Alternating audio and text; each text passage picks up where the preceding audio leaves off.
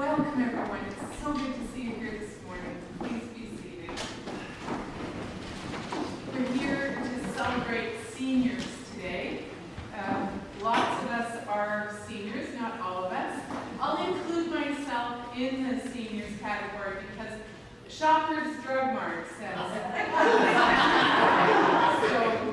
I'll be saying we for that. I'll just get my announcements down here.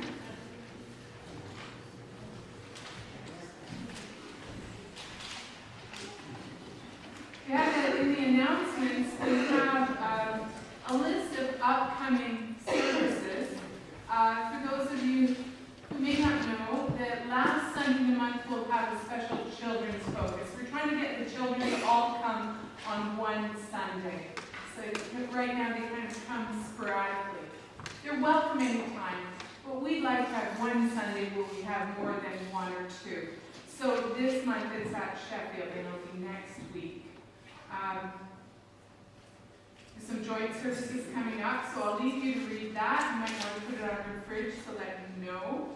And we have meetings coming up where we really work hard to keep things going well in the church and planning for the future.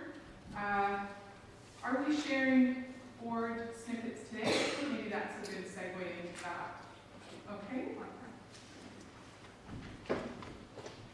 So this is a report from last Tuesday's board meeting. Reverend Louise met with younger families, and she just told you a little bit about it, in our two congregations to find out what they are looking for at church. A sense of belonging to a community was mentioned, as well as separate activities for the teens. They like having the children in church. As a result, the first Children's Sunday will be here at Sheffield next Sunday, and all children from both churches are encouraged to come here, and the service will focus on the children.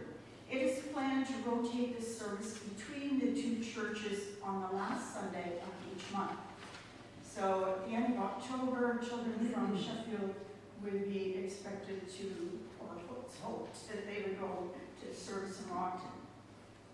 Reverend Louise is also planning some activities for teens in addition to the dances they've been holding in the lower hall.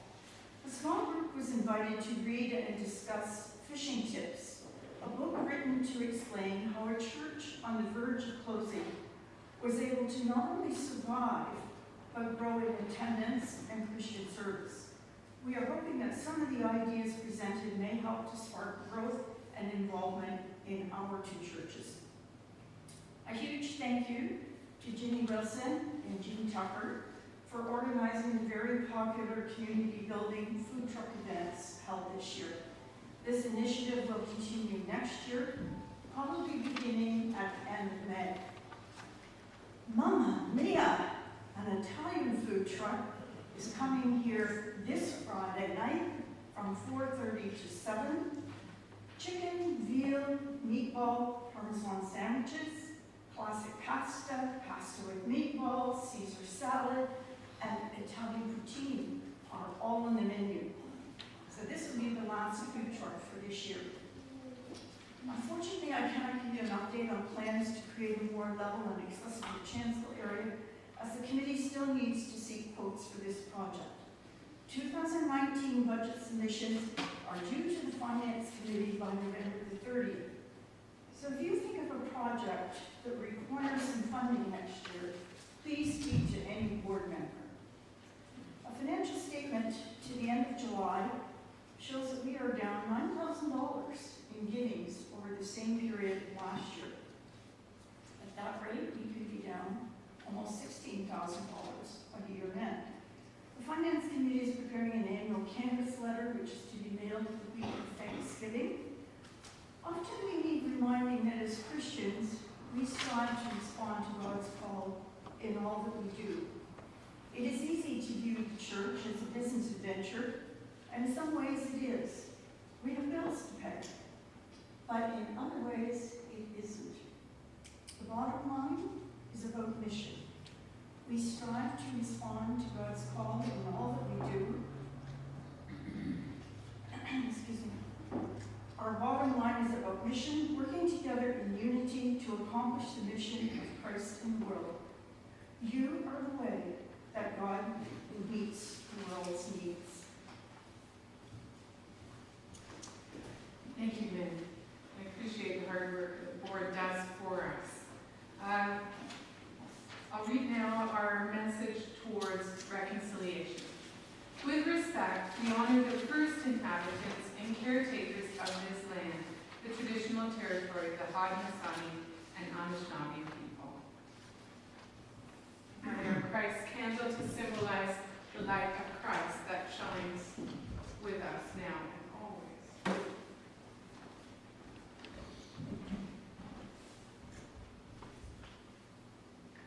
Peace be with you.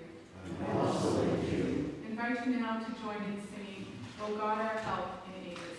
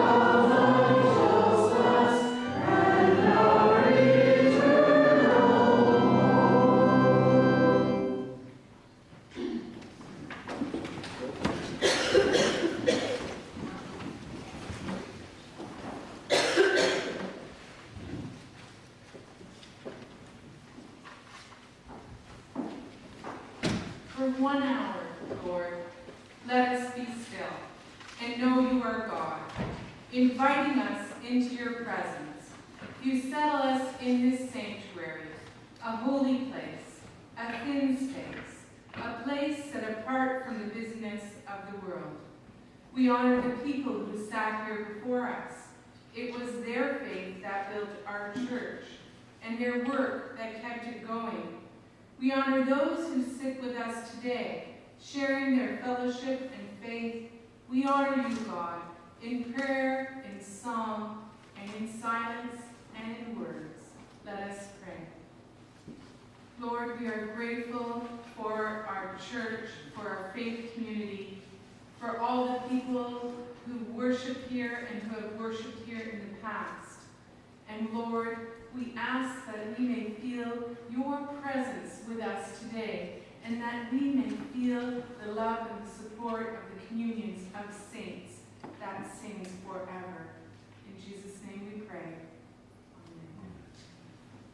Amen. I invite you now to join in singing Immortal, Invisible, God Only.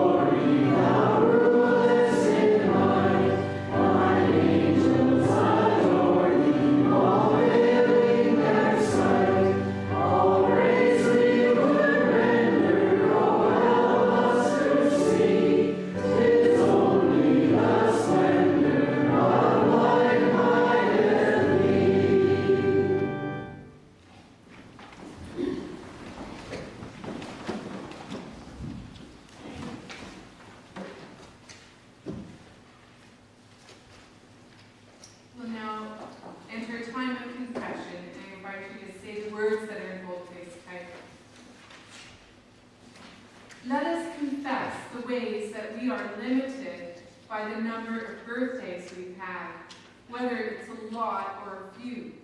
God is not counting. While some of us, but not all, are too young to be wise or serious or ready to carry the weight of the world. God is not forgetting. While some of us, but not all, are too old to be reckless or adventurous and throw caution to the wind. God is all. You are never too old, and you are never too young to be awesome or amazing in God's eyes. Teach us, Lord, to value ourselves for who we are and what we can give at all stages of life. And the gift of grace is that no matter how old or how young you are God's beloved. Thanks be to God. Now we have a sharing time when we have kids here, so we invite some people to do some sharing. And if nothing comes to mind, you can just listen to the person beside you. There's no pressure. I thought maybe we could share a Sunday school memory, and I'll just pick one that was shared in Rockton. Ernie Sager stood up and he spoke about Perry German. Anyone know? Yes. Perry German? Well, he was a Sunday school teacher in St. George, yeah.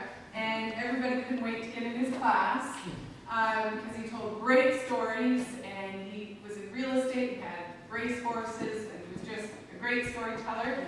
But he also gave chocolate bars. So everyone left his Sunday school class left with the chocolate bars. I don't know, just give you a minute to just share with people what's I do about it. If you have a Sunday school memory, please go ahead.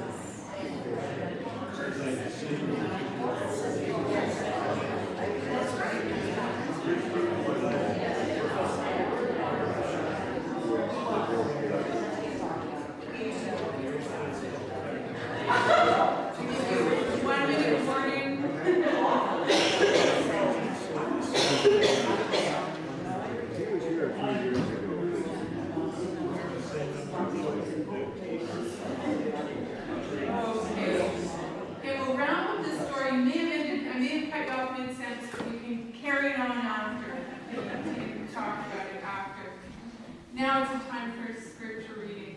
Our first reading is from Psalms 71, and it's verses 18 and 19. Now that I am old and my hair is gray, do not abandon me, O God. Be with me while I proclaim your power and might to all generations to come. Your righteousness, God, reaches the skies. You have done great things. There is no one like you.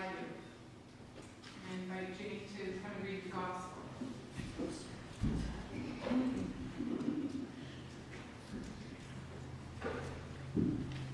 Sorry for the disruption. Scripture reading today is taken from Mark 9, verses 30 to 37. They went on from there and passed through Galilee. It's talking about Jesus before his death and resurrection, and he's trying to get that message through to his disciples. They went on from there and passed through Galilee. He did not want anyone to know it, for he was teaching his disciples, saying to them, "The Son of Man is to be betrayed into human hands, and they will kill him, and 3 days after being killed, he will rise again." But they did not understand what he was saying, and were afraid to ask him. Then they came to Capernaum, and when he was in the house, he asked them, "What were you arguing about on the way?" But they were silent. On the way, they had argued with one another who was the greatest. He sat down, called the 12, and said to them, "Whoever wants to be first must be last of all and servant of all." Then he took a little child and put it among them, and taking it in his arms, he said welcomes one such child in my name welcomes me, and whoever welcomes me welcomes not me, but the one who sent me.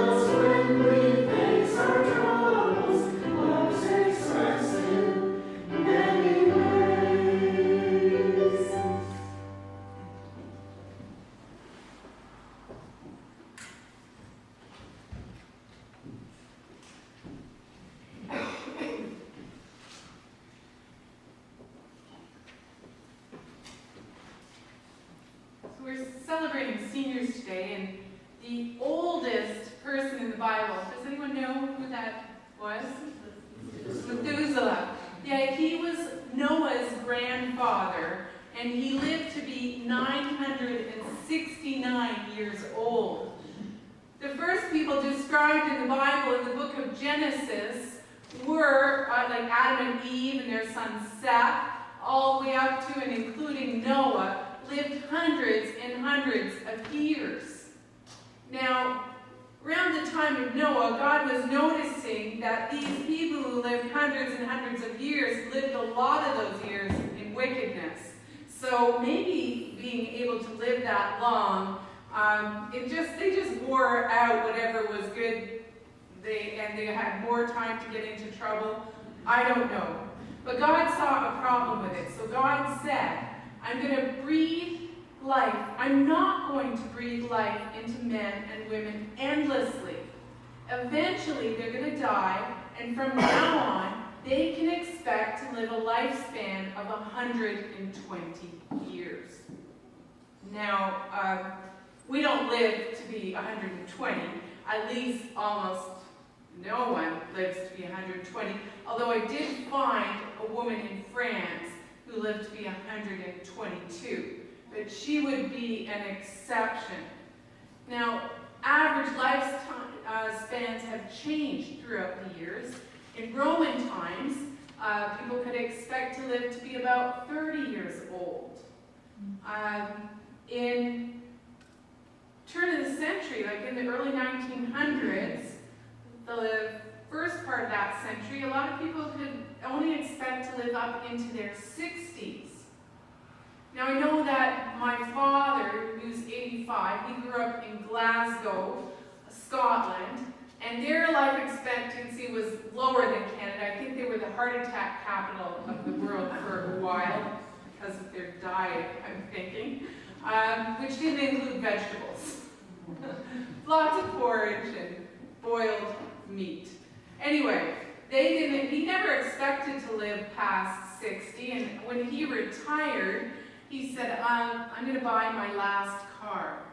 Well, I can happily report he's on his 5th last car, and it was a surprise to him.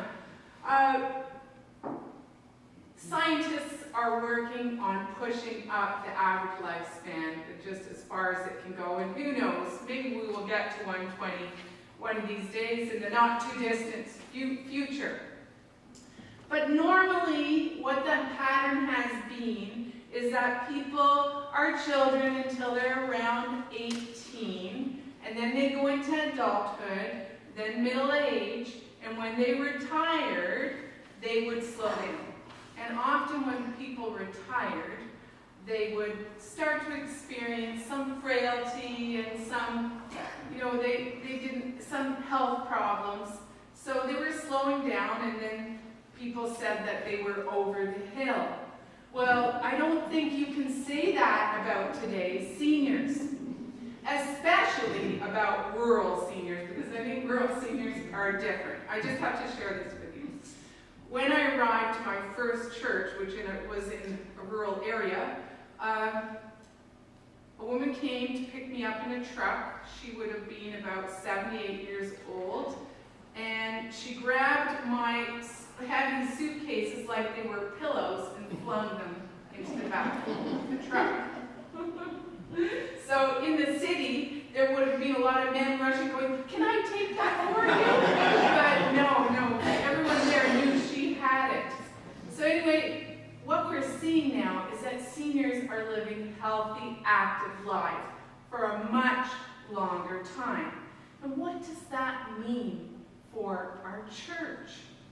Well, when we look to the Bible, we can see that the elders in the Bible were the mentors. They were the encouragers and the holders of wisdom.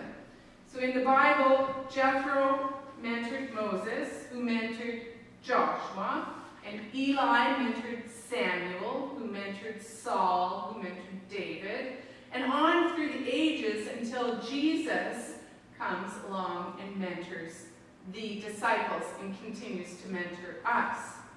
Now, I was reading a book recently that's called What Happens When You Die, and it may surprise you, but not all Christians agree. There are different theories on what happens when you die and different beliefs. Some people believe there is a spiritual resurrection. Other people believe there is a bodily resurrection, so your body is resurrected. Well, then people say, okay, well, I'm 80 years old and I've got a problem with my hip, and are you going to resurrect me as I am now or as I was? And they came up with the number 30. They said, okay, well, Jesus lived into his mid-30s, so you're going to be resurrected to like you were when you were 30. So that isn't biblical. That isn't in the Bible, but it's just a theory.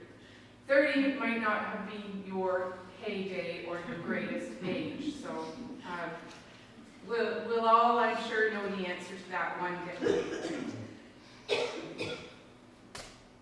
But God influences us in our lives now.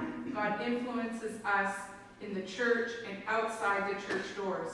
People don't have to come in to be influenced by God. God says, "Behold, I am doing a new thing. Now it springs forth, and do you not perceive it?" Then the young people are the ones that are often doing the new things.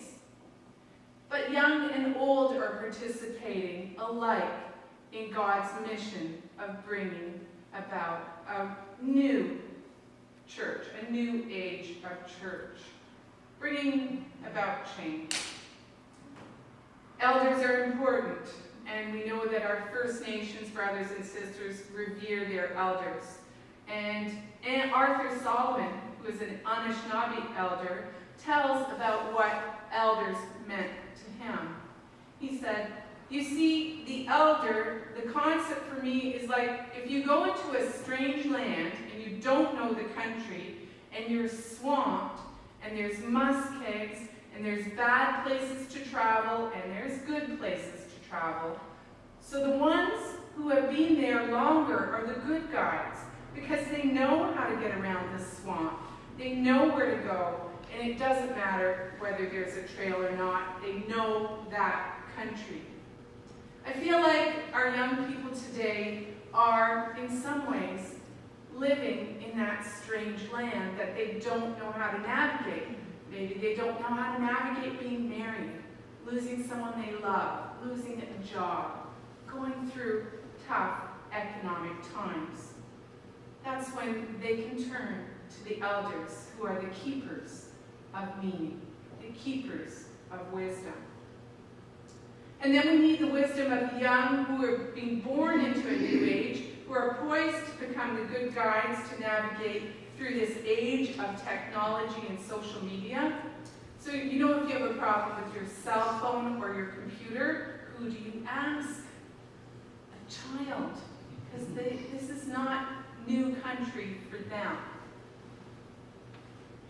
When Jesus' disciples argued about who was greatest, he said, "Stop, let's sit down and talk about this. Anyone who wants to be first must be the very last and the servant of all." In other words, stop arguing about who is the greatest and focus on serving one another. And then to make his point, he calls a child to him and takes this child in his arms, saying, "Whoever welcomes one of these children in my name welcomes me, and whoever welcomes me does not welcome me alone, but the one who sent me." Children are the most vulnerable members of our society. In Jesus' time, children had no rights at all. They were considered property and not persons. So it was really a bold statement for Jesus to make. Honor this child. If you want to see a senior's face light up with joy, just ask them about their grandchildren. And I know people who have been bound and determined that when they had grandchildren, they weren't going to show up pictures all the time or brag about what they were doing, but they break that promise once it happens because it's bigger than they are. They're just so ecstatic. I had neighbors when I was in Burlington who were not friendly at all. We had a shared driveway and a shared garage, and they wouldn't speak. They'd come up to the driveway looking at the ground, and they wouldn't say hello.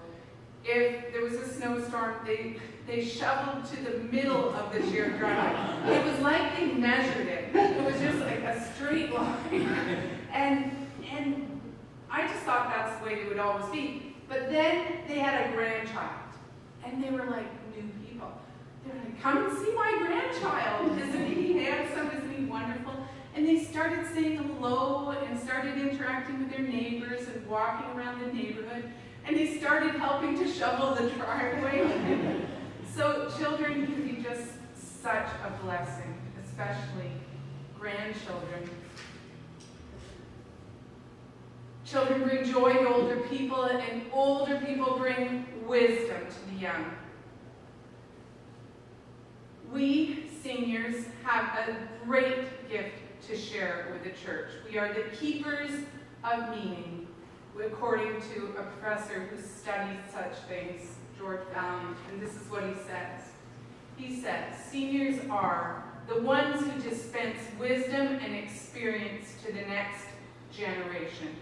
The keepers of meaning are not simply concerned with the care of individuals, but with preserving the best of the culture's traditions and building a more just society." So not only are we keepers of meaning, but we are the encouragers. It is our job to encourage the younger generations. And when they are challenged by life, by sickness, by death, by job loss, by money worries. We, who by virtue of our years have lived through many a trial, can say, with God's help, you can get through this. With God's help. God's message is for us, after all, that we are meant to have life and have it abundantly. Creation is good, and we are God's beloved. We're in it together. Thanks be to God.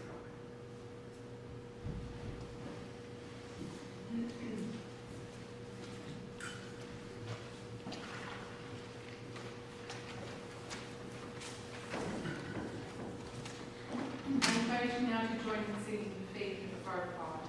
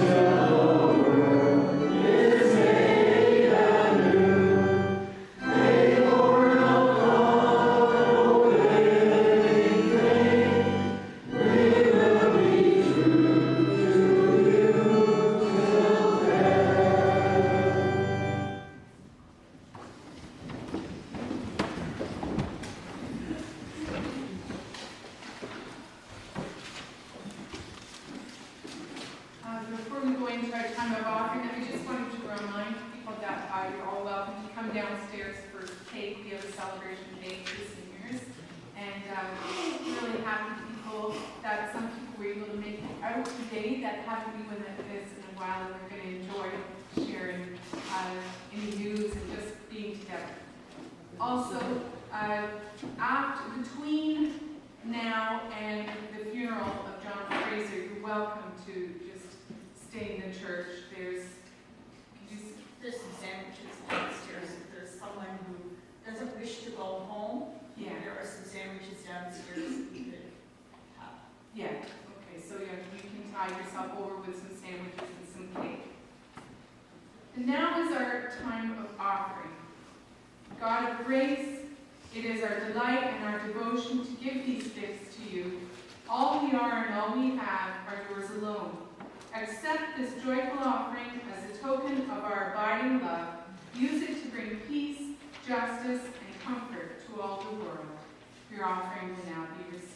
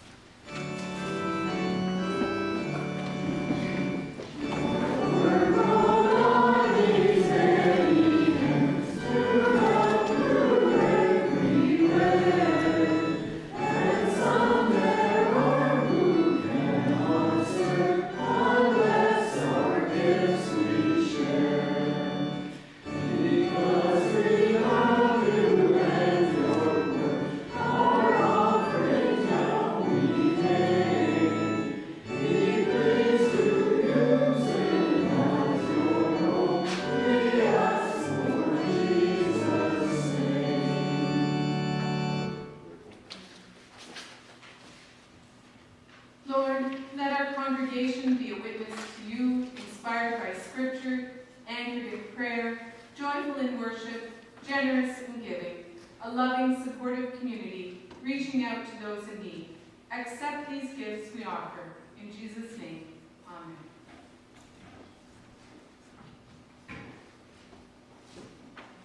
And we're now going to have a minute for mission.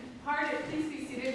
Part of you may not know, a lot of you will, that when you give money to the church, either through card or in an envelope, you can dedicate a portion of your offering to a minutes in mission.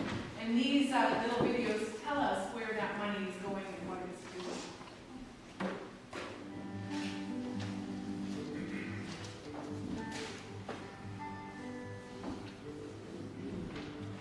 In the heart of Canada's capital, Centre 507 is an adult drop-in center and support service that describes itself as a safe haven and a stepping stone.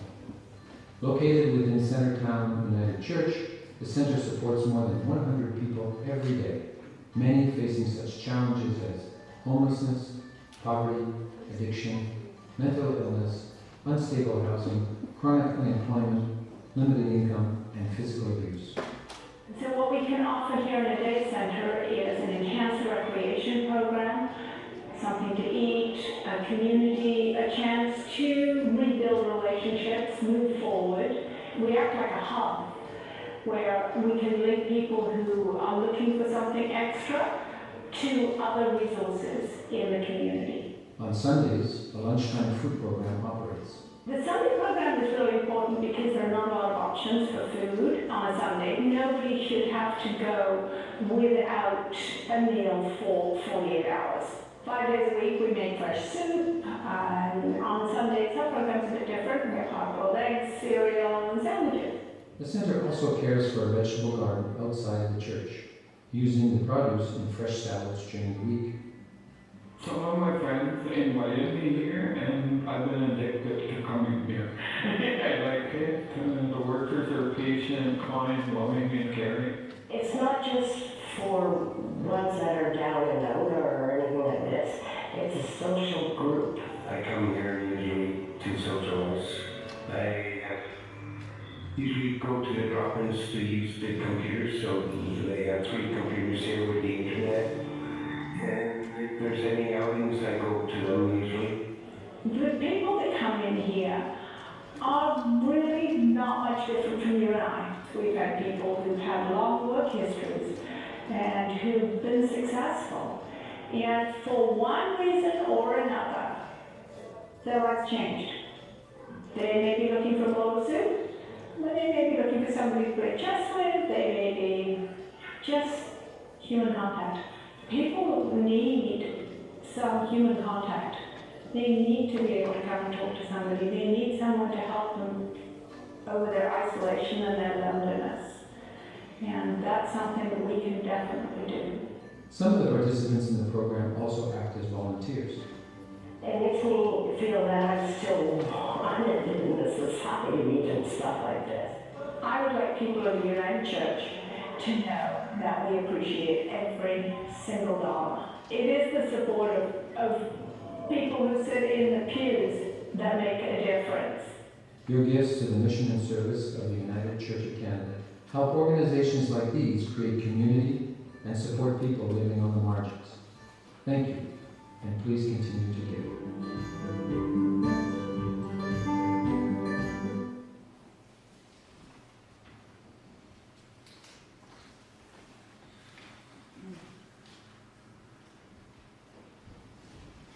Let us pray.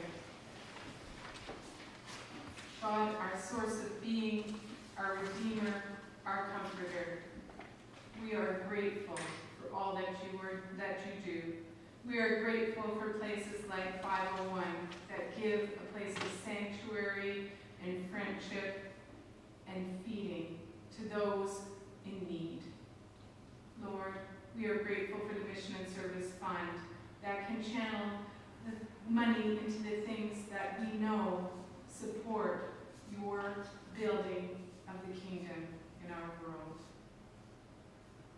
Lord, we think today of the family of John Fraser, and we think of how they will be feeling his loss.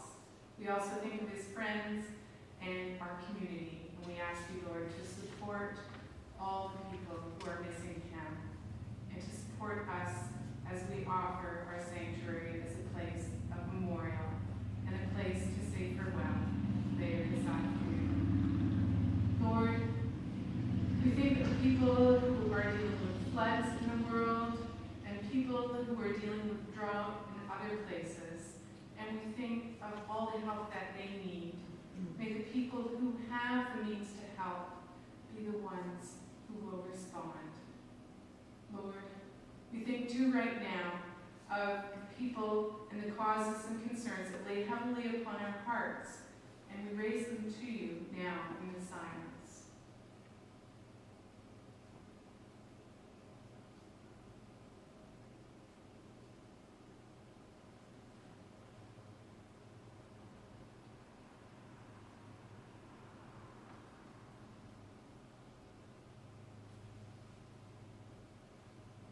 Lord, we are grateful that you hear our prayers, and we live in hope that you will always be with us, listening.